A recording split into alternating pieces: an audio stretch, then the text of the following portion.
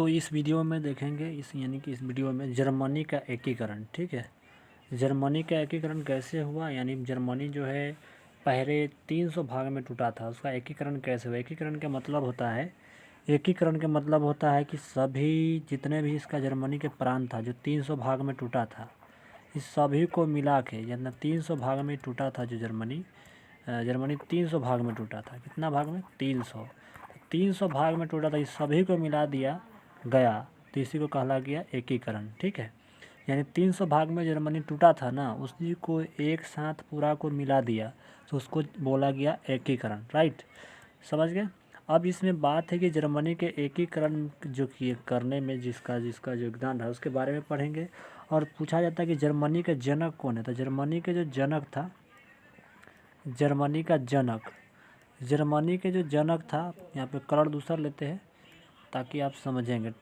ठीक है, जर्मनी के एकीकरण जो हुआ ना, जनक था इसका, जर्मनी के पिता या जनक, तो बीसमार्क था। कौन था? बीसमार्क। कौन? बीसमार्क रहा है। ठीक है, बीसमार्क था।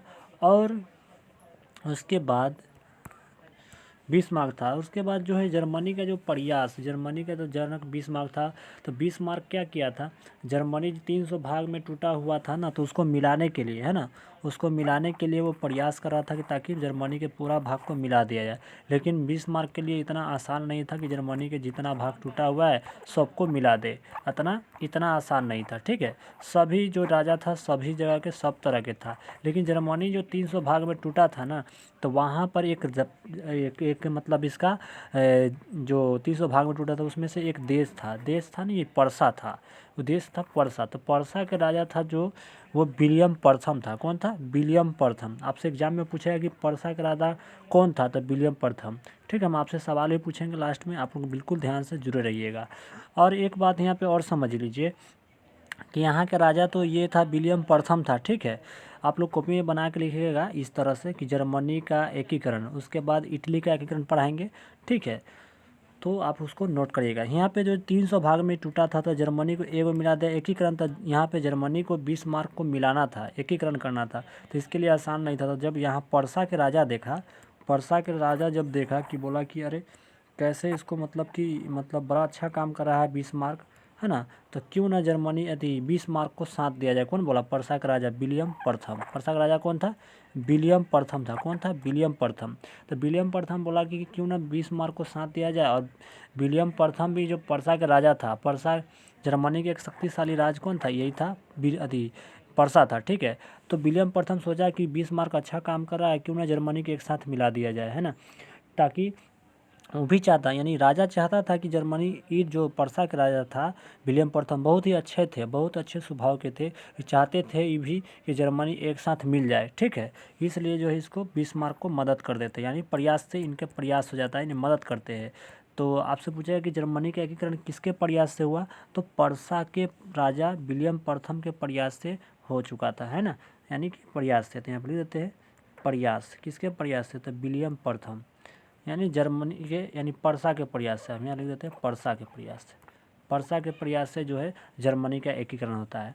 उसके बाद यहाँ पर क्या होता है कि इसमें जो है इस भाग को मिटा देते हैं। देखिए, अब यहाँ पर जो है कि पर्सा तो इसको साथ दे देता है, यानी विलियम प्रथम जर्मनी। आपसे पूछा जाएगा कि जर्मनी के राजा कौन था। नेक्स्ट पेज पे आते हैं, जर्मनी के राजा कौन था, तो जर्मनी के नहीं, पर्सा के राजा। तो पर्सा के राजा जो था, यहाँ पे लिख देते हैं पर्सा के राजा। कौन? पर्सा के राजा। पर्सा के राजा कौन था? पर्सा के राजा।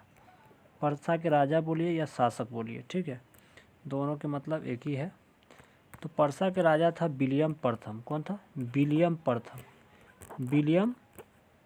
विलियम प्रथम था। ठीक है, याद रखिएगा, विलियम प्रथम यहाँ का राजा था पर्सा के। आपसे एग्जाम में पूछा जाएगा कि पर्सा के राजा कौन था, तो विलियम प्रथम। इस तरह बना के अपना कॉपी में लिखिएगा। उसके बाद तो विलियम प्रथम जो था ना, तो ये क्या किया, पर्सा का राजा था, तो ये क्या कि बीसमार्क को देखा कि बहुत ही अच्छा काम कर रहा है, जर्मनी को मिलाने के काम कर रहा है, तो क्यों ना उसके साथ दिया जाए। तो साथ देता है तो क्या करता है, तो पर्सा के जो है ना, पर्सा के इसको बना दिया जाता है क्या चीज़, तो पर्सा के बना देता है प्रधानमंत्री। प्रधानमंत्री किस बना देता है? बीसमार्क को। कौन? विलियम प्रथम। ठीक है, याद रखिएगा कि किसके यानी कौन जो है पर्सा के प्रधानमंत्री, ऐसे पूछा है कि पर्सा के प्रधानमंत्री कौन है, तो बिस्मार्क। ठीक है, तो यहाँ पर लिख देते हैं पर्सा के प्रधानमंत्री कौन, प्रधानमंत्री पर्सा के प्रधानमंत्री कौन था, तो बिस्मार्क था। कौन था, बिस्मार्क था। ठीक है, बिस्मार्क था।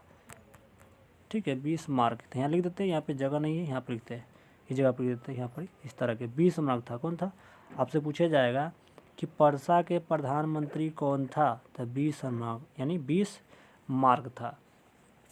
तो बिस्मार्क यहाँ के प्रधानमंत्री था। अब ये क्या किए बिस्मार्क, अगला पेज पर आते हैं। बिस्मार्क जो है ना, बिस्मार्क ये क्या किए थे कि ये जो है एक मतलब कि बोला कि अगर जर्मनी 300 भाग में टूटा है, 300 भाग में अगर जर्मनी टूटा है, 300 भाग है। ठीक है, ध्यान से देखिएगा, जर्मनी जो है 300 भाग में टूटा है, तो इसको कैसे मिलाया जाए, है ना।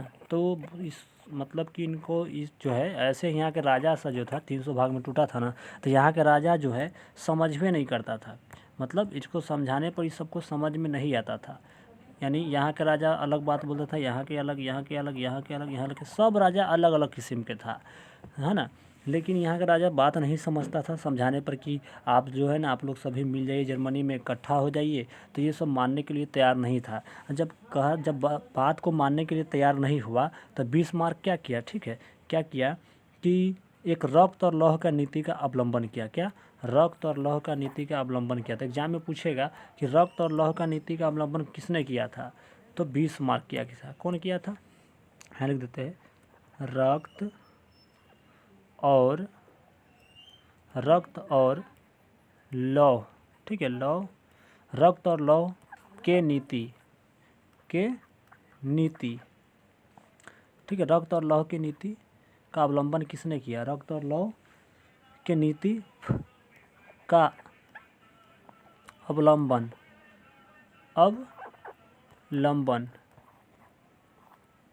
किया। कौन, चलिए इतना लंबा नहीं लिखते, इसको छोटा में लिख देते हैं, आप लोग बना के लिखिएगा, ध्यान से देखिए, छोटा लिख देते हैं, रक्त और लौह। ठीक है, रक्त और लौह का नीति का जो अवलंबन किया था, कौन किया था, बिस्मार्क। कौन किया था, बिस्मार्क। ठीक है, आप लोग कॉपी में लिखिएगा, रक्त और लौह का नीति का अवलंबन किया था बिस्मार्क। ठीक है, याद रखिएगा, एग्जाम में पूछता है कि रक्त और लौह का नीति का अवलंबन किसने किया, तो बिस्मार्क किया। कौन किया, बिस्मार्क, कॉपी में लिख लीजिएगा। अब यहाँ पर एक बात और समझिएगा, ये तो बिस्मार्क क्या किया, रक्त और लौह का नीति का अवलंबन किया। ठीक है, तो इसमें बोला क्या, रक्त और लौह की नीति का मतलब हम आपको समझा देते हैं। इसका मतलब लौह के मतलब हुआ कि बिस्मार्क बोला कि अगर जर्मनी के जितने भी प्रांत टूटा हुआ है, वहाँ के अलग अलग सभी के राजा है, क्योंकि प्रांत 300 भाग में टूटा था, तो अलग अलग सब जगह के राजा होगा। तो यहाँ के राजा को ये संदेश दिया कि लौह यानी लोहा जैसा बनो। ये अगर यहाँ के राजा सब बात नहीं मानता है, जर्मनी के जो प्रांत टूटा हुआ था, तो बिस्मार्क बोला कि अगर यहाँ के राजा बात नहीं मानता है ऐसे, तो लोहा जैसा बनो। कैसा, लौह के मतलब लोहा जैसा बनो, कोई दया माया नहीं रखो। अगर लोहा जैसा बनने के बाद भी नहीं मानता है, तो रक्त मतलब खून बहा दो। खून बहा दो मतलब दम सीधे कत्ल कर दो, हत्या कर दो, मार दो, है ना। तो ये कौन कहा, तो बिस्मार्क कहा। ये बात आपको ध्यान रखना, ताकि इससे भी जर्मनी को एकीकरण मिल जाए। लेकिन इतना आसान नहीं था जर्मनी को मिलाना, इसके आगे जो है और भी युद्ध लड़ना था, किसको, बिस्मार्क को। तो चलिए कौन लड़ना पड़ता है, तो आगे जो है बिस्मार्क को 3 युद्ध लड़ना पड़ता है। 3 युद्ध लड़ना पड़ता है, कौन देश से, तो डेनमार्क, ऑस्ट्रिया और फ्रांस करे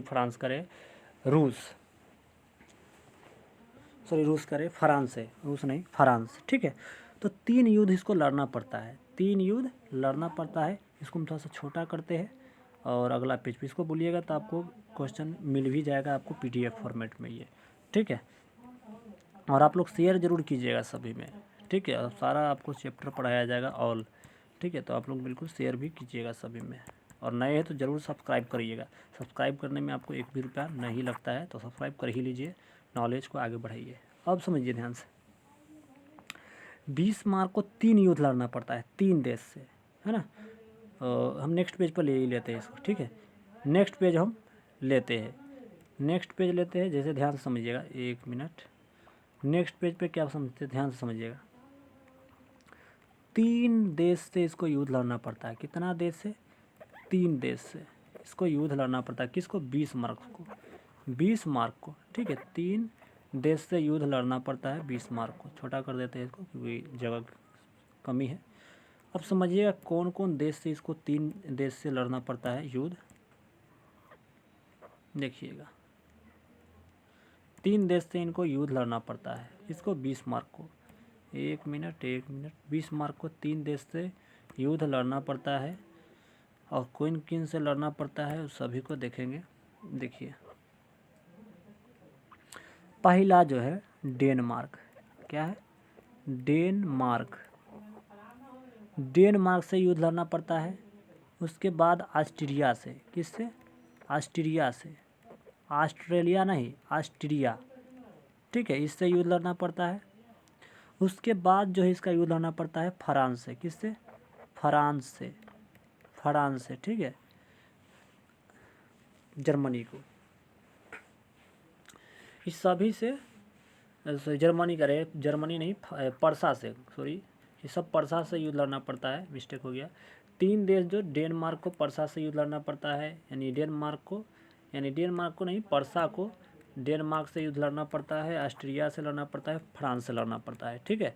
तो इसमें जो होता है, जहाँ से समझिएगा, इसको छोटा सा करते हैं क्योंकि ज़्यादा बड़ा है तो छोटा कर लेना सही है। ध्यान से देखिए, थोड़ा सा छोटा इसको करेंगे, ज़्यादा बड़ा हो जाता है तो जगह कम जाएगा ना। हाँ, अब ध्यान से देखिए, ये तीनों से इसका युद्ध लड़ना पड़ता है। किसको? बिस्मार्क को। तो डेनमार्क से युद्ध क्यों लड़ना पड़ता है? क्योंकि डेनमार्क जो है ना, इसको 3 जगह कब्जा करके रखता है। 3 जगह को कब्जा करके रखता है। कौन? तो ये बिस्मार्क को जो है ना जगह, जर्मनी के कुछ भाग डेनमार्क कब्जा कर रखता है। जैसे जर्मनी है ये, और इसका 3 भाग को 2 भाग के कब्जा कर रखता है। कौन? तो ये डेनमार्क। तो डेनमार्क क्या करता है, समझिएगा ध्यान से। डेनमार्क जो है एक साल्बिन जगह को कब्जा कर रखता है, साल्बिन, ठीक है, साल्बिन, ध्यान समझिएगा, साल्बिन जगह को कब्जा कर रखता है। और एक मिनट, उसके बाद ऑस्ट्रिया जो है, ऑस्ट्रिया करें, डेनमार्क और हेलेस्टीन जगह के नाम, यानी हेलेस्टीन, ठीक है, हेलेस्टीन जो जगह को कब्जा कर रखता है। कौन? डेनमार्क। तो इसके कारण जो है इसको युद्ध करना पड़ता है, यानी बिस्मार्क को युद्ध लड़ना पड़ता है डेनमार्क से भी, क्योंकि ऐसे तो मानेगा नहीं।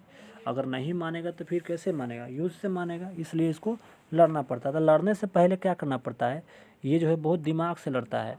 ऑस्ट्रेलिया से पहले दोस्ती करता है ना। पहले ऑस्ट्रेलिया से कौन दोस्ती कर, देखिए कितना अच्छा दिमाग से मार रहा है। पहले ऑस्ट्रेलिया से बिस्मार्क जो है दोस्ती करता है, ठीक है, बिस्मार्क। और ऑस्ट्रिया से बिस्मार्क दोस्ती करता है, बोलता है कि दोस्त, हम जो है ना तुमको जर्मनी जो, सॉरी, डेनमार्क जो है ना हमारा 2 कब्जा जगह कर लिया है, यानी 2 को जगह कब्जा करके रखा है जर्मनी, है ना।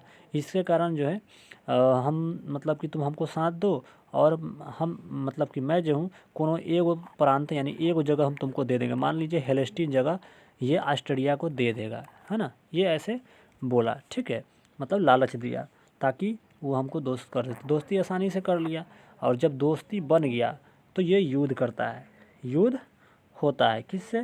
तो इससे। थोड़ा सा इसको हम छोटा करते हैं ताकि यहाँ पे लिखना भी है। युद्ध करता है, ध्यान से देखिएगा, यहाँ लिख देते हैं। थोड़ा सा जूमिंग करते हैं, वीडियो में देखिएगा थोड़ा सा कम दिख रहा होगा। साल्बिन था और हेलेस्टीन था। अब बात यहाँ पे समझिए, युद्ध होता है किससे? तो डेनमार्क से युद्ध हो जाता है। और युद्ध होता है ना तो इस जगह को जीतने के लिए। तो इस युद्ध में जो है, इस युद्ध में थोड़ा सा और छोटा करना पड़ेगा इसको भी। इस युद्ध में ध्यान से देखिएगा, इसको छोटा और कर देते हैं।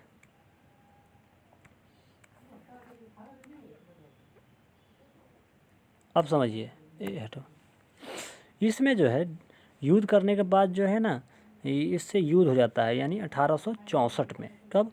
1864 में युद्ध होता है, 1864 में युद्ध हो जाता है। और इसमें डेनमार्क की हार होती है। याद रखिएगा कि 1864 में युद्ध हो गया, ठीक है, 1864 में युद्ध हुआ और इसमें डेनमार्क की हार होती है। पूछेंगे आपसे, एग्जामिनर पूछेगा कि डेनमार्क और पर्सा के बीच कब युद्ध हुआ था? तो 1864 में हुआ था, ठीक है, ये याद रखिएगा, ठीक है। अब अगला तो ये युद्ध मतलब कि बिस्मार्क सॉरी पर्सा जो है डेनमार्क और जर्मनी नहीं, डेनमार्क और पर्सा के बीच युद्ध कब हुआ 1864 में। और यहाँ पे पर्सा की जो है जीत हो रही है, पर्सा की जीत होती है, ठीक है, पर्सा की जीत होती है, ठीक है। पर्सा जब जीत जाता है, समझिएगा, पर्सा जब जीत जाता है तो एक जगह जो है हेलेस्टीन जगह मान लेते हैं कि ऑस्ट्रिया को दे देता है और ऑस्ट्रिया ले लेता भी है। उसके बाद अब बिस्मार्क को किस से युद्ध लड़ना होगा जल्दी बताइए। अगर डेनमार्क से बिस्मार्क जीत गया तो अब कौन से युद्ध जीतना होगा, ऑस्ट्रिया से, क्योंकि ऑस्ट्रिया एक जगह ले लिया तो इसको भी छोड़ेगा थोड़े, बिस्मार्क नहीं छोड़ेगा। तो बिस्मार्क इससे भी युद्ध करता है, इससे जो युद्ध करता है ध्यान समझिएगा, बिस्मार्क ऑस्ट्रिया से, यानी बिस्मार्क बोले तो पर्सा, क्योंकि पर्सा के प्रधानमंत्री है बिस्मार्क, राइट। तो इससे युद्ध करने के बाद करता है ऑस्ट्रिया से। तो ऑस्ट्रिया से जो युद्ध होता है वो सेडोवा का युद्ध होता है 1866 में। 1866 में युद्ध होता है, इसको बोलते हैं सेडोवा का युद्ध। क्या बोलते हैं? सेडोवा का युद्ध। सेडोवा का जो युद्ध होता है किससे? ऑस्ट्रिया और पर्सा के बीच।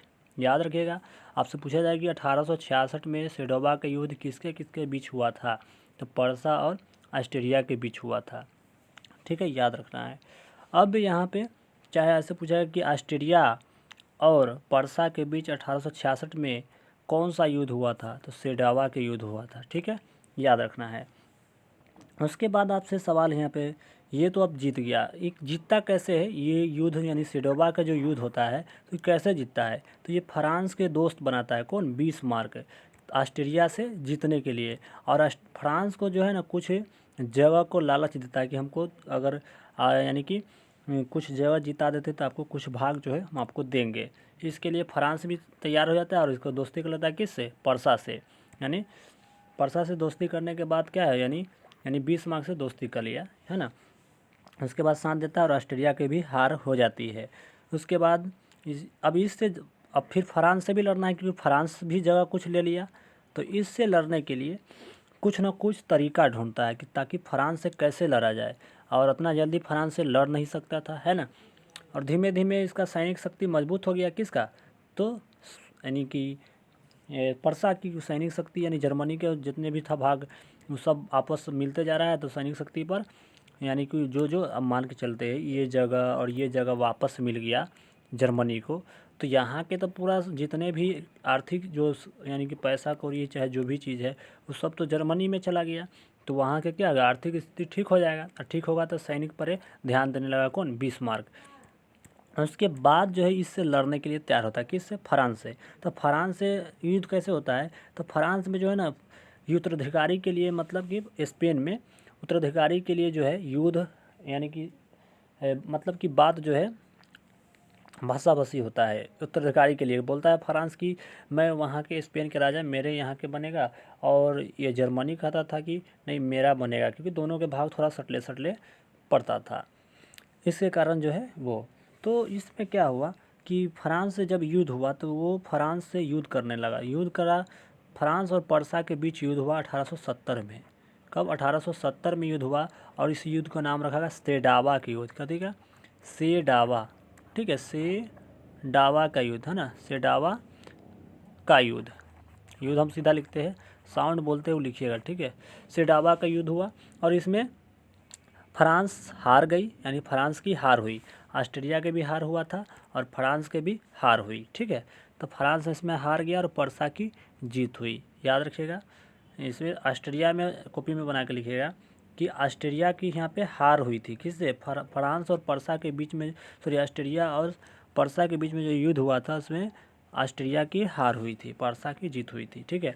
और फ्रांस और पर्सा के बीच में जो युद्ध हुआ तो उसमें फ्रांस की हार हुई थी और पर्सा की जीत हुई थी, और इसी जीत को फ्रैंकफर्ट की संधि के नाम से जाना जाता है। तो फ्रैंकफर्ट की संधि के भी नाम से जाना जाता है, ठीक है, फ्रैंकफर्ट की संधि। अब यहाँ पे बात है कि 1871 में जर्मनी का एकीकरण हो गया। कितना? 1871 में जर्मनी का एकीकरण हुआ, किसका? जर्मनी, जर्मनी का एकीकरण हो गया। एकीकरण का मतलब क्या है? पूरा प्रांत को मिला दिया गया। एकीकरण, एकीकरण का मतलब 300 भाग में जो टूटा था वो पूरा एक साथ मिला दिया गया, तो उसी को नाम पड़ा जर्मनी का एकीकरण। एकीकरण हो गया और जर्मनी के एकीकरण में ही एक बैठक हुआ था, उसका बोलते हुए बैठक को फ्रैंकफर्ट की संधि। क्या बोलते हैं? फ्रैंकफर्ट की संधि। अब इसको थोड़ा सा छोटा करते हैं ताकि आपको वो भी लिख दे। तो एग्जाम में पूछता है कि फ्रैंकफर्ट की संधि कब हुआ था, यानी फ्रैंकफर्ट की संधि कब हुआ था, तो फ्रैंकफर्ट की संधि आप बोलिएगा 1871 में हुआ था। ठीक है, इसके बैठक हुआ था, में सभी लोग बैठक किए थे, तो यहाँ पे 1871 में ही फ्रैंकफर्ट की संधि भी हुआ था। फ्रैंक, है ना, ध्यान से देखिएगा, फ्रैंकफर्ट की संधि, है ना, फ्रैंकफर्ट की संधि हुआ था। यहाँ पे जगह नहीं है, नीचे लिख देते हैं। ठीक है, 1871 में ठीक है, ध्यान से देखिए, फ्रैंकफर्ट की संधि, फ्रैंकफर्ट की संधि, संधि, संधि, राइट, ये हुआ था कब? 1871 में। याद रखिएगा इस बात को, काफ़ी महत्वपूर्ण था। तो इस प्रकार जो है जर्मनी का एकीकरण हो गया। और पूरा जर्मनी के राजा कौन बना था? तो देखिए अगला पेज पे देखते हैं। पूरा जर्मनी के राजा बना था, ये कौन बना था? तो पूरा जर्मनी के राजा बना दिया गया, बिस्मार्क को नहीं बनाया, पूरा जर्मनी का राजा बन गया विलियम प्रथम। क्योंकि विलियम प्रथम अच्छा राजा था, वो जनता के हित के लिए काम करता था, जनता से किसी भी तरह के भेदभाव नहीं किया करता था। इसके लिए जर्मनी के पूरा राजा बन गया कौन? विलियम प्रथम। तो आपसे पूछा जाएगा कि जर्मनी के पूरा राजा कौन बना लास्ट में एकीकरण के बाद? तो जर्मनी के पूरा जर्मनी के पूरा राजा, जर्मनी के पूरा जर्मनी का राजा, ऐसे नहीं, जर्मनी के पूरा राजा नहीं, ऐसे लिख देते हैं, जर्मनी के पूरा राजा नहीं, पूरा जर्मनी के राजा, पूरा जर्मनी के राजा, पूरा जर्मनी के राजा, पूरा जर्मनी का राजा जो बना था वो बना था विलियम प्रथम। कौन बना था? विलियम प्रथम, विलियम प्रथम। ठीक है, विलियम प्रथम जो पूरा जर्मनी के राजा बन गया। और इस प्रकार जर्मनी का एकीकरण हुआ। तो आपसे सवाल है, यहाँ पे सवाल किस तरह से पूछेगा समझिए ध्यान से। पहला सवाल आपको बना कि जर्मनी का एकीकरण, जर्मनी का जनक कौन है? ठीक है, जर्मनी के जनक कौन है जल्दी बताइए? तो जनक है बिस्मार्क। कौन है? बिस्मार्क, जल्दी बताइए।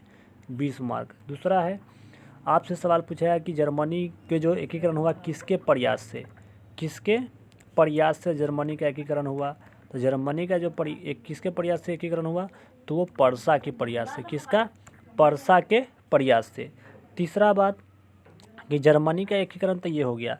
उसके बाद जर्मनी का, यानी आपसे पूछा जाएगा कि पर्सा के शासक कौन था, यानी राजा कौन था? तो पर्सा के जो शासक था, पर्सा के जो शासक था, पर्सा के राजा बोलिए या शासक, पर्सा के राजा, पर्सा के राजा था कौन? विलियम प्रथम। कौन था? विलियम प्रथम था। विलियम, थोड़ा सा छोटा करते ध्यान से देखिएगा, विलियम प्रथम था। ठीक है, विलियम प्रथम था, विलियम प्रथम था। तो पर्सा के राजा कौन था? विलियम प्रथम। कौन था? विलियम प्रथम था। ठीक है, इस प्रकार यहाँ पे। उसके बाद चौथा बात हम आपसे पूछते हैं, ये सारा क्वेश्चन बहुत महत्वपूर्ण है, ठीक है, नोट करिएगा। उसके बाद आपसे सवाल पूछा जाता है कि पर्सा के प्रधानमंत्री कौन था? तो पर्सा के अगर प्रधानमंत्री की बात करते हैं तो आपको पढ़ा दीजिए भी तुरंत, पर्सा के प्रधानमंत्री कौन था जल्दी बताइए। पर्सा के प्रधानमंत्री जो था, पर्सा के प्रधानमंत्री, तो पर्सा के प्रधानमंत्री था बिस्मार्क। कौन था? बिस्मार्क। आपको सवाल एग्जाम में आता है, ठीक है। तो पर्सा के प्रधानमंत्री था बिस्मार्क। कौन था? बिस्मार्क। ठीक है, तो इस प्रकार ये सभी सवाल आप पढ़े। उसके बाद हम 5वां पॉइंट पूछते हैं कि 5वां पॉइंट पे हम लोग पढ़े कि बिस्मार्क को पूरा जर्मनी के एकीकरण यानी मिलाने के लिए कितने देश से उसको युद्ध लड़ना पड़ा? तो 3 देश से युद्ध लड़ना पड़ा। कौन कौन देश जल्दी बताइए? कौन कौन देश से युद्ध लड़ना पड़ा पूरा जर्मनी को मिलाने के लिए? यानी कि पर्सा बोले, यानी पर्सा में कौन प्रधानमंत्री था? बिस्मार्क, तो बिस्मार्क ही नहीं युद्ध लड़ा, ठीक है। तो वो कितना, 3 देश से, 3 देश में कौन कौन, डेनमार्क, ठीक है, डेनमार्क, ऑस्ट्रिया, ठीक है, ऑस्ट्रिया, और कौन, जल्दी बताइए, छोटा करते हैं कि यहाँ पे जगह नहीं पड़ता है। डेनमार्क, ऑस्ट्रिया, ठीक है, ध्यान से देखिए, डेनमार्क, ऑस्ट्रिया और फ्रांस, ठीक है। आप लोग बताइएगा डेनमार्क की राजधानी कहाँ है, ऑस्ट्रिया के और फ्रांस की राजधानी दोनों ज़रूर बताइएगा, ठीक है। चलिए, तो इस प्रकार जो है इतना युद्ध ये लड़े। उसके बाद इसमें आप देखें कि आपसे एक सवाल और पूछा जाएगा कि सेडावा का युद्ध, यानी सेडोवा का युद्ध जो हुआ था, इसमें किसकी जीत हुई थी, चाहे सेडोवा का युद्ध कब हुआ था, सेडोवा का युद्ध कब हुआ था, सेडोवा का युद्ध, ठीक है। सेडोवा का जो युद्ध हुआ था वो आपको कब हुआ था, 1866 में। कब हुआ था, 1866 में, ठीक है। उसके बाद नेक्स्ट पॉइंट 7, उसके बाद हम 7 पॉइंट में पूछते हैं कि सेडावा का युद्ध, सेडोवा था, देखिए कन्फ्यूजन नहीं होगा, सेडोवा एक सेडावा, तो सेडावा का जो युद्ध हुआ था कब हुआ था, सेडावा का युद्ध, ठीक है। सेडावा का युद्ध कब हुआ था, सेडावा का युद्ध, ठीक है, ध्यान से देखिएगा। सेडावा का जो युद्ध हुआ था 1870 में, 1870 में किसके किसके बीच हुआ, तो ये फ्रांस और परसा के बीच में ये युद्ध हुआ था, ठीक है। और इसमें परसा की जीत हुई थी, फ्रांस की हार हुई थी। अब उसके बाद 8वां सवाल जो हम आपसे पूछते हैं कि जर्मनी का एकीकरण कब हुआ, तो जर्मनी का अगर हमसे पूछे आपसे, तो जर्मनी के जो एकीकरण हुआ था, जर्मनी का एकीकरण, जर्मनी का एकीकरण, ठीक है, जर्मनी का जो एकीकरण हुआ था वो 1871 में हुआ था। कब हुआ था, 1871 में, ठीक है, कब, 1871 में, ठीक है। और 9वां पॉइंट की हम बात करते हैं, तो फ्रैंकफर्ट की संधि कब हुई, ऐसे भी सवाल आपसे पूछा जाएगा, ठीक है, ध्यान से देखिएगा। फ्रैंकफर्ट की संधि जो है, फ्रैंकफर्ट की संधि, फ्रैंकफर्ट की संधि जो हुआ वो कब हुआ था, फ्रैंकफर्ट की संधि कब हुआ था, तो ये भी 1871 में हुआ था। क्यों हुआ था, क्योंकि लड़ाई हुआ था किसके किसके से, फ्रांस और जर्मनी के बीच, इसी में एक संधि हुआ, बैठक हुआ, और इस बैठक के ही बोला गया फ्रैंकफर्ट की संधि, ठीक है। तो इस प्रकार जो है जर्मनी का एकीकरण पूर्णतः हो गया। तो आपसे सवाल पूछा जाएगा कि जर्मनी का एकीकरण कब हुआ, और उस पर सवाल क्वेश्चन पूछा जाएगा, तो आप सभी क्वेश्चन के जवाब आसानी से दे दीजिएगा, राइट। अब यहाँ पे हम आगे की ओर चलते हैं। एक सवाल और इसमें पूछा जाएगा कि रक्त और लौह का नीति का अवलंबन किसने किया, रक्त और लौह का नीति का अवलंबन किसने किया, रक्त और लौह का नीति का, है ना, रक्त और लौह, ठीक है, रक्त और लौह नीति का अवलंबन किसने किया, तो किसने किया, जल्दी बताइए, आपको पढ़ाए थे। रक्त और लौह का नीति का जो अवलंबन किया था वो किया था बिस्मार्क। क्यों किया था रक्त और लौह नीति का यानी कि अवलंबन, तो ये इसलिए किया था क्योंकि जर्मनी जो था 300 भाग में टूटा था, और उसको मिलाने के लिए जो था यानी बिस्मार्क बोला कि सभी प्रांत जो है एक साथ मिल जाइए, और वो मानना नहीं चाहा, इसीलिए वहाँ के राजा सबको बोला कि हम लोहा जैसा बनेंगे, लोहा जैसा बनेंगे तो हम आपको थूरेंगे, है कि नहीं। हाँ, इस तरह वो थूरने के लिए तैयार हुआ, तो वो इसे नहीं समझा, लोहा जैसा बनने के अभी कठोर दिल भी किया, फिर भी वहाँ के राजा सब नहीं माना। लास्ट में क्या किया कि हम रक्त यानी खून बहा देंगे, मारेंगे तो हम काट खूट के दम ख़त्म कर देंगे, यानी मौत के घाट उतार देंगे, बस ऐसे मिलिएगा। तो इसीलिए बोला गया रक्त और लौह का नीति ये अपनाया कौन, बिस्मार्क। याद रखिएगा, एग्जाम में पूछता है कि रक्त और लौह यानी रक्त और लौह का नीति का अवलंबन किसने किया, तो बिस्मार्क किया, ठीक है। तो ये आपको याद रखना है, राइट। तो इस प्रकार हम सभी बहुत ही महत्वपूर्ण पॉइंट को पढ़ लिए हैं, और इतना ही आपके एग्जाम के लिए बहुत ही इनफ है, ठीक है। चलिए, अब हम इसमें जानते हैं इटली का एकीकरण। अब इटली का एकीकरण कब हुआ, तो देखिए इटली का एकीकरण जो हुआ था ना 1861 में हुआ था। अब कहिए कि 1871 पहले काहे पर है, तो वो कोई ज़रूरी नहीं है कि पहले वह पर है, ठीक है।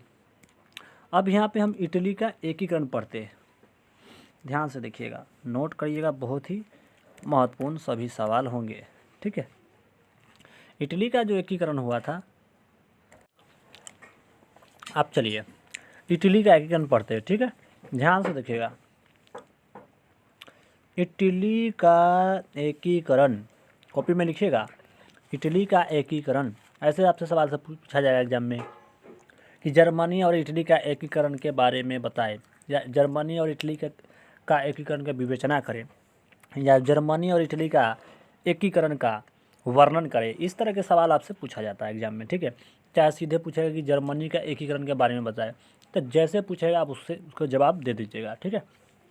अब समझिए इटली का एकीकरण कैसे हुआ, ठीक है। इटली का एकीकरण हम आपको बता दिए कि एकीकरण का मतलब क्या होता है। एकीकरण का मतलब यह हुआ कि कोई भी भाग अगर कोई 4 भाग में टूटा है उसको एक जगह मिला देना एकीकरण कहलाया, ठीक है। क्या कहलाया? एकीकरण, राइट। आप लोग बताइए कि इटली का राजधानी कहाँ है। इटली का राजधानी की बात करते हैं तो आपको इटली की राजधानी आप लोग जल्दी से बताइएगा। इटली का जो राजधानी है वो रोम है ना। और उससे पहले हम जो राजधानी पूछे हैं उसका भी जवाब ज़रूर दीजिएगा, ठीक है। अब यहाँ पे हम समझते हैं हम लोग कि इटली का एकीकरण में किसका किसका योगदान है। योगदान का मतलब क्या होता है कि कौन कौन की सहायता से इटली का एकीकरण हुआ, है ना। यही इसका मतलब है। अब बात यह है कि इटली का एकीकरण में जो योगदान था, जो जनक था इटली के, यहाँ पे बात करते हैं जनक, है ना। इटली का जो जनक था 4 व्यक्ति था। कौन कौन था? मेजनी था पहले, मेजिनी। कौन था? मेजिनी। मेजिनी के बाद था कौन? Count Cavour. कौन? काउंट काबूर, ठीक है, काउंट काबूर। उसके बाद कौन था? ध्यान से समझिएगा। Count Cavour, Victor Emmanuel, Garibaldi. कौन कौन था? Count Cavour, Victor Emmanuel. कौन? विक्टर इमैनुअल, विक्टर इमैनुअल और गैरिबाल्डी। बाल्टी नहीं, गैरिबाल्डी, है ना, गैरिबाल्डी। अब ये तो था जर्मनी का इटली का एकीकरण में योगदान दिया। अब इसका क्या क्या योगदान है इसके बारे में पढ़ेंगे, है ना। तो एक एक करके पढ़ते हैं। जर्मनी मेजनी का क्या क्या योगदान वहाँ पे रहा है, कहाँ पे? इटली में। तो नेक्स्ट पेज पे आते हैं, इसको आप लोग नोट करिएगा कॉपी में, ठीक है। चलिए, तो मेजनी के क्या है, मेजनी के बारे में पढ़ लेते हैं। मेजनी जो काम किया था इटली में, वो क्या किया था ध्यान से देखिएगा, यहाँ पर नोट करते हैं। इसका काम यह था कि जर्मनी में ना, फिर जर्मनी बोल रहे हैं, जर्मनी नहीं इटली, तंका सकरा मिटा लेते हैं, हाँ ना, मिटा दिए। अब समझिए, जब मेजनी जो था ना, मेजनी एक क्रांतिकारी गठन था, गुट था, है ना, उसका सदस्य था। यानी पूछेगा, एग्जाम पूछता है कि कार्बोनरी क्या था, तो आप बोलिएगा कार्बोनरी जो था एक क्रांतिकारी गुट संगठन था और उसका सदस्य कौन था? तो मेजनी था, है ना। तो लिख देते हैं, यहाँ पे लिखते हैं, ध्यान से देखिएगा। लिखते हैं, एक मिनट। कार्बोनरी, ध्यान से देखिए, कार्बोनरी, नरी बोले, नली नहीं, है ना। तो कार्बोनरी एक क्रांतिकारी गुट संगठन था। क्या था कार्बोनरी? आपसे पूछेगा, एग्जामिनर पूछेगा कि कार्बोनरी क्या है, तो एक क्रांतिकारी गुट संगठन था, इसका सदस्य मेजनी था। कौन था? मेजनी राय नहीं, मेजनी। कार्बोनरी एक गुट संगठन था, क्रांतिकारी गुट संगठन था, ये लिख लीजिए कॉपी में।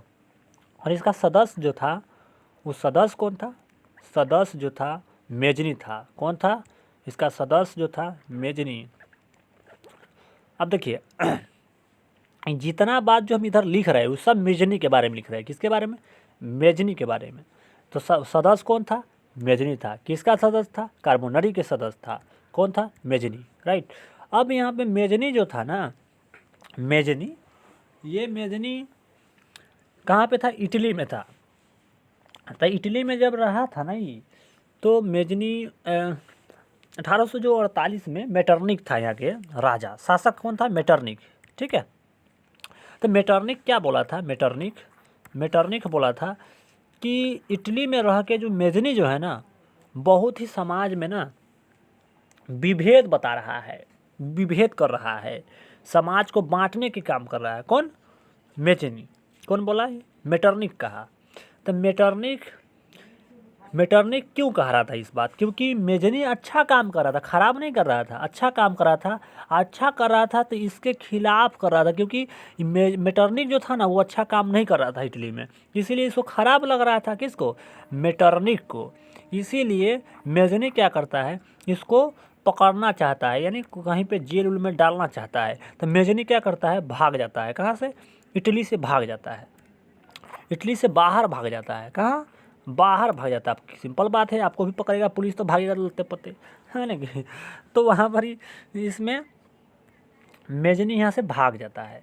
कहाँ? इटली से बाहर। इटली से बाहर भागता है ना, तो एक गठन के स्थापना करता है। वो गठन जो करता है स्थापना, वो 1831 में करता है। कब करता है? 1831 में यंग इटली का स्थापना करता है। यंग इटली का स्थापना करता है। आपसे पूछा जाएगा कि यंग इटली का स्थापना किसने किया था? तो यंग इटली का स्थापना किया था मेजनी। स्थापना कौन किया? मेजनी।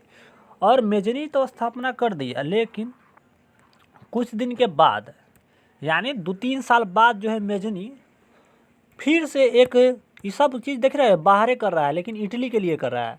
बाहरे से बाहरे आदमी नहीं देखते पढ़ के कहाँ से कहाँ चल जाता है, उसी प्रकार में बाहरे से बाहरे इटली का एक यंग इटली का स्थापना कर दिया। यंग इटली के मतलब कथी? युवा। युवा का मतलब कथी? यंग। यंग मतलब इंग्लिश बोलता है युवा, ठीक है ना।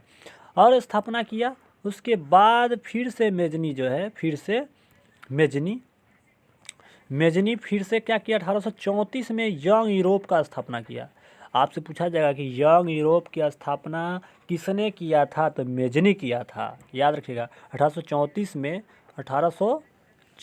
में यंग यूरोप का, सॉरी यंग यूरोप तो लिख दिए ना, यंग इटली ना लिखे है। यंग यूरोप का स्थापना किसका? यंग यूरोप, यूरोप साउंड बोल रहे हैं, याद रखिएगा। 1834 में यंग यूरोप की स्थापना किसने किया? मेजनी किया। आप लोग कॉपी में लिख लीजिएगा। उसके बाद जो है मेजनी, अब इसका शासन काल जो है ख़त्म रहता है, यानी ख़त्म होने के कगार पर रहता है। किसका? मेटरनिक का। किसका? मेटरनिक का। अब मेटरनिक के शासन काल जैसे ही देखता है मेजनी की ख़त्म हो रहा है। कहाँ से? इटली से। और फिर से मेजनी इटली में एंट्री कर जाता है। कहाँ पे? इटली में एंट्री कर जाता है। कहने का मतलब यह है कि मेजनी जैसे ही इसका शासनकाल इटली में से ख़त्म हो रहा था, बस उसके बाद मेजनी जो है फिर से वापस इटली में चला आता है। और इटली में आता है तो एक और गठन करता है, यानी मेजनी एक और चीज़ की स्थापना करता है। किसका? ध्यान से देखिएगा। 1851 में फ्रेडरिक इटली का स्थापना करता है। 1851 में फ्रेडरिक इटली का स्थापना करता है। फ्रेडरिक कौन? फ्रेडरिक इटली का स्थापना करता है। फ्रेडरिक इटली का मतलब क्या होता है? फ्रेडरिक इटली का मतलब यह होता है कि हम जितने भी लोग हैं इटली में रहते हैं, जनता, वो सभी दोस्त है। समझ गए? तो 1851 में मेजनी करा था।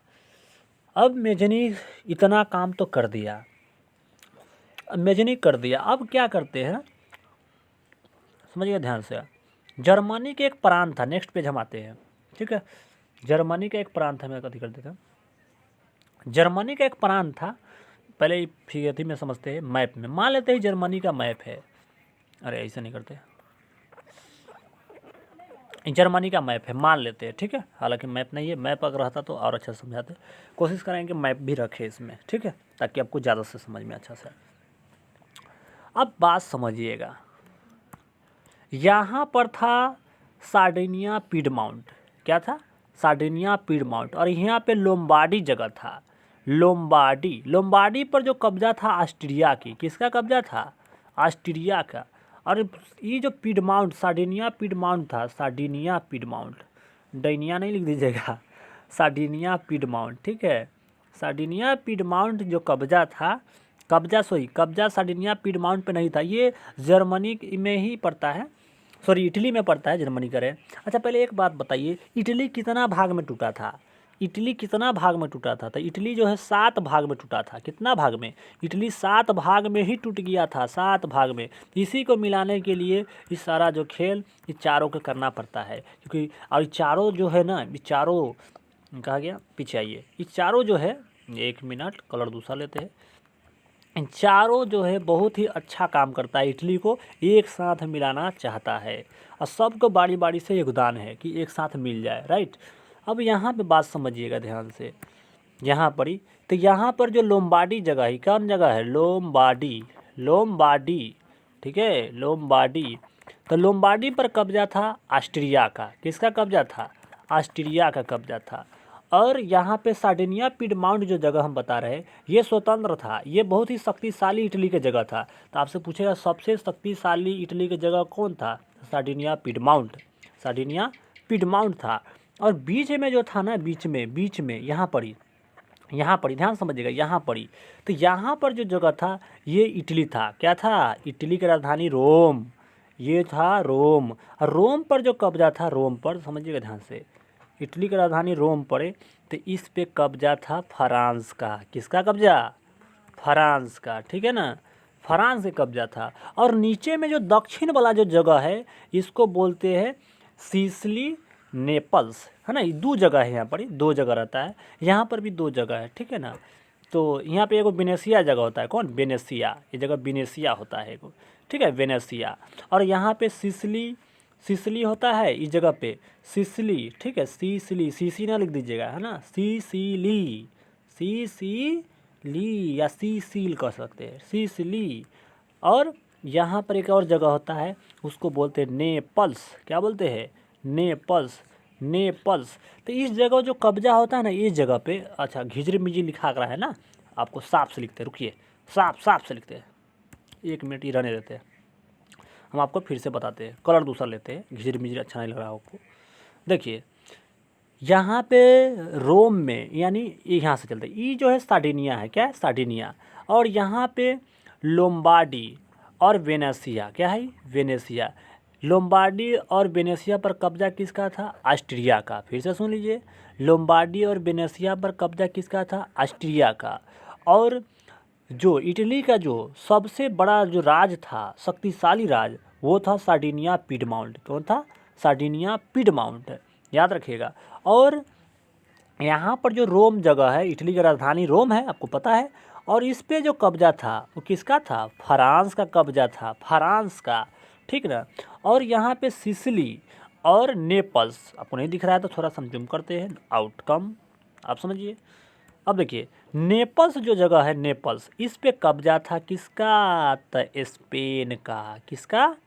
स्पेन का कब्जा था। स्पेन देश का कब्जा था इस पर, किस पे? दक्षिणी वाला पे, स्पेन का दक्षिणी भाग शायद, हाँ दक्षिणी मान लीजिए। तो इस पे स्पेन का कब्जा था, राइट। तो इस तरह जो है इस सभी पर कब्जा करके रखा था। इस सबको ख़त्म करने के लिए जो है सबसे लड़ना पड़ता है। किसको? एक एक करके। पहले विक्टर एमेनुअल जो है सार्डिनिया का पिडमाउंट जो है, सार्डिनिया पिडमाउंट यहाँ की राजा बनता है, राजा बनता है। चलिए हम लिख देते हैं, अगला पेज पे ही लिखेंगे, ये बात रहने देते हैं इसमें, अगला पेज पे आ रहा है तो लिखते हैं, ध्यान से देखिएगा, एकदम ध्यान से देखिएगा, देखिए ध्यान से। सार्डिनिया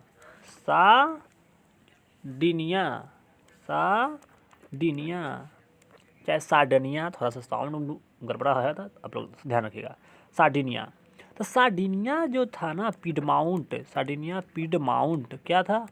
पिडमाउंट, उल्टा लगा दो, ऐसे लिख दो, देखो सार्डिनिया पिडमाउंट।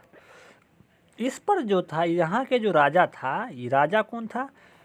तो यहाँ का राजा जो बना था विक्टर इमेनुअल। कौन था? विक्टर इमेनुअल था यहाँ के राजा, समझिएगा। बजाएगा क्या बाजा? अरे बजाएगा नहीं बाजा। यहाँ के राजा था विक्टर इमैनुअल, सार्डिनिया पीडमाउंट का राजा जो था। एक कलर दूसरा लो, ये लो। सार्डिनिया पीडमाउंट का जो राजा था, राजा कौन था यहाँ के सार्डिनिया पीडमाउंट के? सार्डिनिया पीडमाउंट के राजा था विक्टर इमैनुअल। कौन था? विक्टर इमैनुअल यहाँ के राजा बना। लॉ है, लॉ, ठीक ना, हाँ मत पढ़ लीजिएगा, लॉ है, ये लॉ है, ठीक। अब समझिए, आपसे सवाल एग्जाम में पूछता है एग्जामिनर कि सार्डिनिया पीडमाउंट के राजा कौन था? तो विक्टर इमैनुअल था, ठीक है, याद रखिएगा। अब बात समझिए, विक्टर इमैनुअल जो था ना, विक्टर इमैनुअल क्या किया था, ध्यान समझिएगा ध्यान से। विक्टर इमैनुअल जो है काउंट काबूर को प्रधानमंत्री बनाया था। कहाँ के? सार्डिनिया के प्रधानमंत्री। तो आपसे पूछेगा कि सार्डिनिया के प्रधानमंत्री कौन था? सार्डिनिया का, ठीक है, सार्डिनिया, ठीक है। सार्डिनिया के जो प्रधानमंत्री बना था, कौन बना था? तो ये बना था काउंट काबूर को बनाया गया था। कौन बनाया था? तो यही बनाया था कौन? Victor Emmanuel. तो सार्डिनिया पीडमाउंट के प्रधानमंत्री कौन था? तो था, एक मिनट, कौन था? काउंट काबूर, ठीक है, काउंट काबूर जी था यहाँ के प्रधानमंत्री। कथी था ये? प्रधानमंत्री था। नहीं दिक्कत है तो दिक्कत है तब इसको फिर से मिटा के अच्छा से लिख देते हैं। एक बार हट रहे तू, हट हट हट हट, तो भी हट, चल हट गए। सार्डिनिया पीडमाउंट कलर दूसरा लेना पड़ेगा, एक मिनट रुकिएगा। देखिए सार्डिनिया पीडमाउंट जो था, सार्डिनिया सार्डिनिया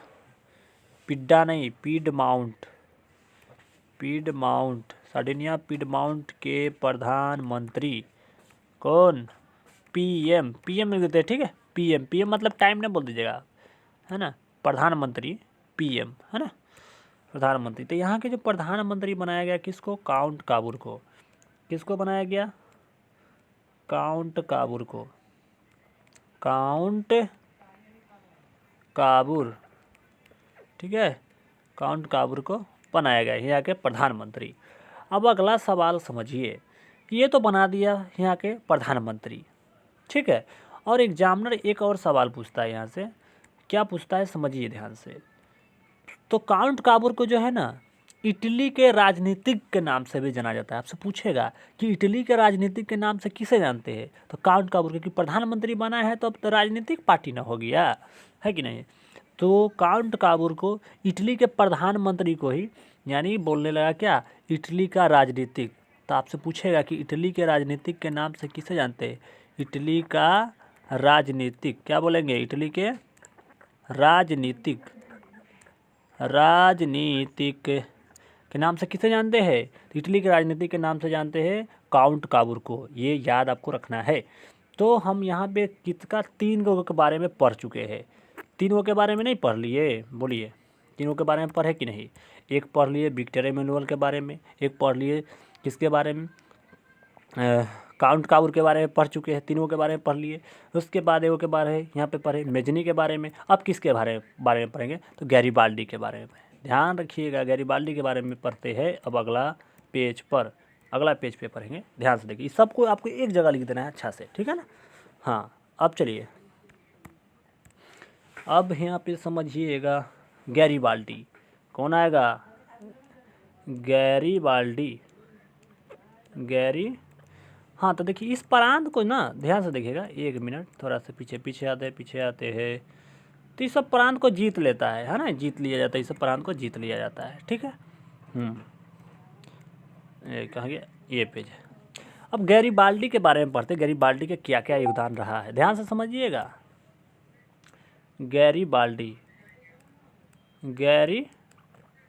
ध्यान से देखिए, गैरीबाल्डी लिखे। गैरीबाल्डी के क्या क्या योगदान था वो समझिए। गैरीबाल्डी क्या किया था पता है? गैरीबाल्डी जो है ये क्या किया था, जर्मनी को क्या कैसे मिलाया था, एकीकरण कैसे किया था। तो जर्मनी के जो एकीकरण यही किया था पूरा से, मतलब सब किया था, सबका में चारों का यानी कि चारों का योगदान है। लेकिन इसमें जो बात समझना यह है, ध्यान समझिएगा, इसमें जो बात समझना है,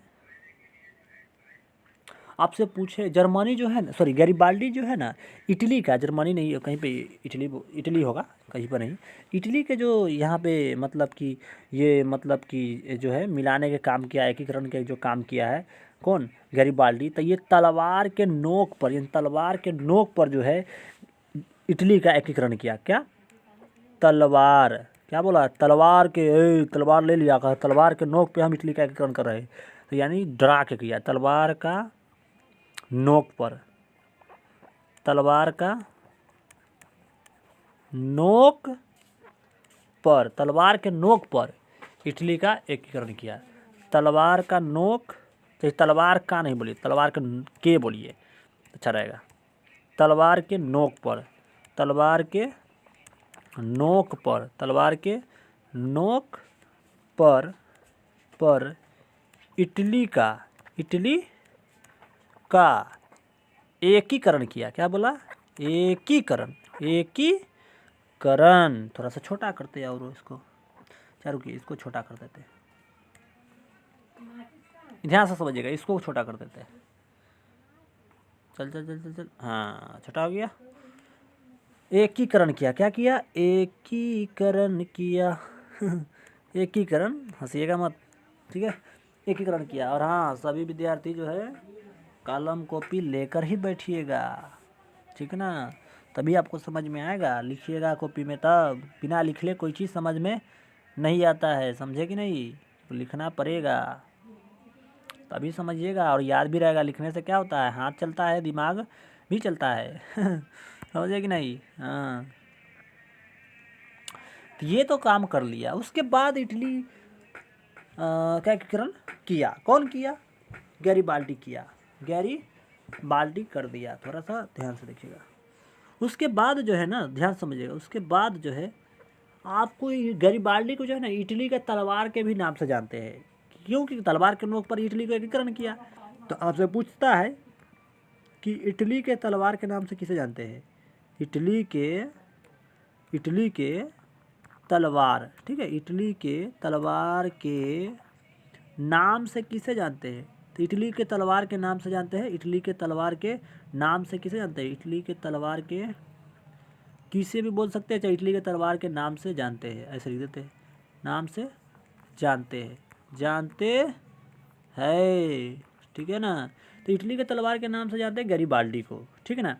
अच्छा, एक सवाल और पूछता है कि गैरिबाल्डी जो है पेशे से क्या था। तो गैरिबाल्डी जो पेशे से था, ये नाविक था। क्या था, पेशे से ही नाविक था, पेशे से क्या था, यानी पेशा क्या था इसका, पेशे से ही नाविक था, सीधा याद रखिए, पेशे से एक नाविक था, नाविक था। क्या था ये, गैरिबाल्डी पेशे से तो नाविक था। क्या था, नाविक, याद रखिएगा, सभी सवाल यहाँ पे महत्वपूर्ण है आपका एग्जाम के लिए। ये नाविक था। उसके बाद जो है ना, बहुत ही अच्छा काम किया था गैरिबाल्डी। क्या किया था, ये अपना सेना को जो है ना, अपना सेना को लाल कुर्ती का गठन किया। आपसे पूछेगा कि अपना सेना को जो है ना, ये अपना सेना के, ध्यान समझिएगा, एक मिनट, ये इनका सेना है, मान लीजिए किसका, गैरिबाल्डी का। तो ये सेना जो है ना इनका, तो इसका जो है लाल कुर्ती पहना दिया। क्या, लाल कुर्ती, लाल कुर्ती पहना दिया ना, तो इसी को बोल दिया लाल कुर्ती। जब पहना दिया तो बोला कि लाल कुर्ती का गठन किसने किया, तो गैरिबाल्डी किया। कौन किया, गैरिबाल्डी किया। लाल कुर्ती का गठन किसने किया, गैरिबाल्डी किया। लाल कुर्ती का गठन किसने किया, गैरिबाल्डी।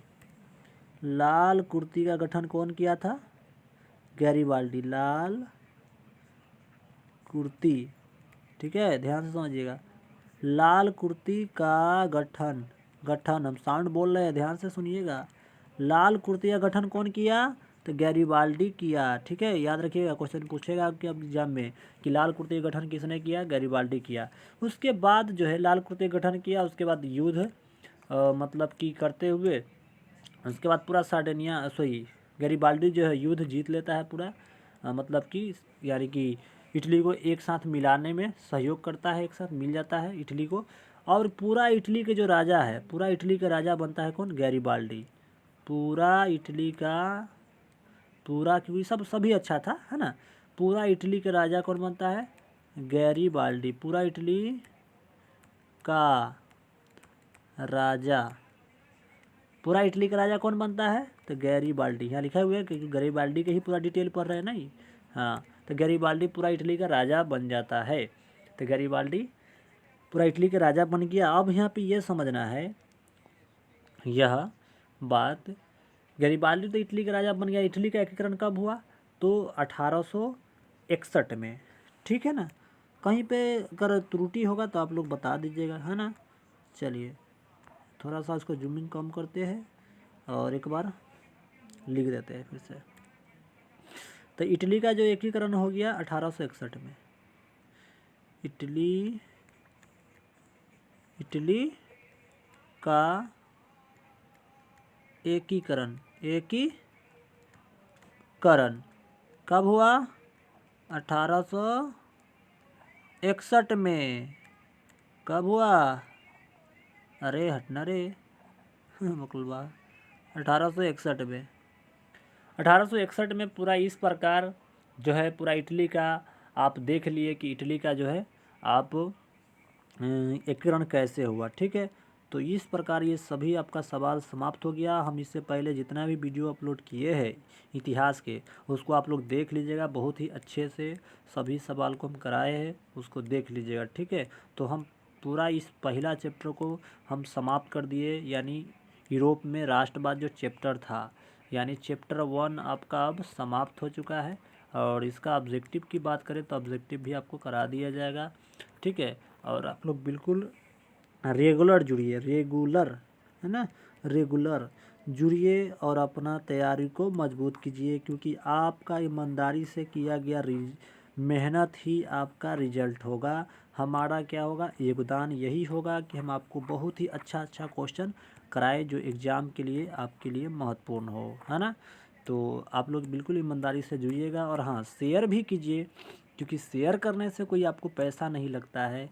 और जितने में आप शेयर करते हैं और वो सब्सक्राइब करके जुड़ते हैं, तो वो अपना ज्ञान को आगे बढ़ाएंगे और समाज को, देश को आगे भी बढ़ाने में वो उनका सहयोग रहेगा, ठीक है। तो आप लोग ज़रूर शेयर भी कीजिएगा सभी दोस्तों में, जो जितने भी 10th क्लास के विद्यार्थी, और सभी आपको सब्जेक्ट यानी ऑल सब्जेक्ट, ध्यान समझिए, ऑल सब्जेक्ट, आपको ऑल सब्जेक्ट की तैयारी कराया जाएगा। चाहे कोई भी सब्जेक्ट हो, मैथ हो, आपको SST हो, साइंस हो, है ना, संस्कृत हो, उसके बाद आपको बोला जाए हिंदी हो, इंग्लिश हो, इस सब का तैयारी आपको करा जाएगा टोटली। अभी फ़िलहाल हम आपको मैथ और हिस्ट्री को करा रहे हैं ना, ये दोनों को कंप्लीट करते हैं, उसके बाद बहुत जल्दी कंप्लीट कर देंगे। उसके बाद फिर हम उठाएंगे इसमें से जो महत्वपूर्ण होगा, किसको? संस्कृत को उठाएंगे, उसके बाद फिर साइंस को उठाएंगे, उसके बाद फिर हिंदी को उठाएंगे, सबको ख़त्म कर देंगे।